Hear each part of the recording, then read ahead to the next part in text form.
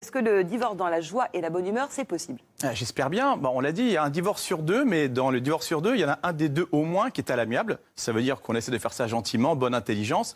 Et c'est la tendance d'ailleurs, de plus en plus de gens divorcent à l'amiable aujourd'hui, donc dans des conditions qui ne sont pas conflictuelles. C'est la bienveillance à tous les étages et jusque dans la séparation. Mais c'est réellement possible, ça? Bon, amiable ne veut pas dire qu'on est amis quand on divorce et qu'on arrive main dans la main en se tapant dans le dos chez l'avocat. C'est pas tout à fait ça.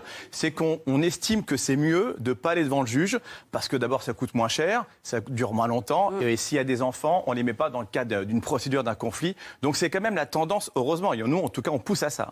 La loi est passée par là, cette fameuse loi de janvier 2017 qui évite de passer devant le juge. Est-ce que ça règle réellement des situations qui peuvent être conflictuelles, ça? Bon, c'est sûr qu'on a simplifié encore plus, ce qui était déjà assez simple d'ailleurs. Aujourd'hui, vous l'avez dit, depuis 1 an et demi, on divorce sans audience, sans juge, sans tribunal. Donc c'est une sorte de contrat que l'on passe avec des avocats, donc c'est beaucoup plus simple.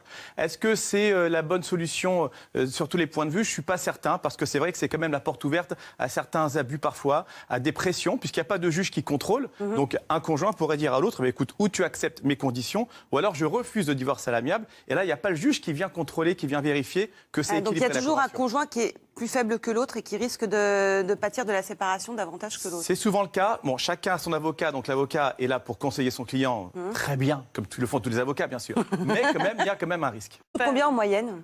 Pour divorcer Un divorce amiable, il faut. Alors maintenant, chacun doit avoir son avocat. Avant, on pouvait prendre le même avocat. Maintenant, c'est plus possible avec la nouvelle loi. Donc, chacun prend un avocat. Ça commence à peu près à 2 000 €. Mais forcément, parfois, on entend dire mais oui, mais j'ai divorcé, ça m'a coûté 20 000 €. Ça, ce sont les divorces contentieux qui durent très longtemps. Et plus ça dure, plus l'avocat facture. Parce que c'est des histoires d'argent quand même.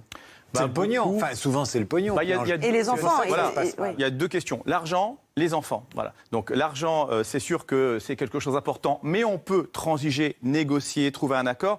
Les enfants, c'est le seul point sur lequel j'arrive vraiment pas à trouver de raison rationnelle. Forcément, les enfants, quand on a des enfants, on le comprend, c'est toute notre vie. Et donc, quand on n'est pas d'accord sur le fait d'avoir les enfants à la garde, là, ce sont des déchirements terribles et des bagarres terribles.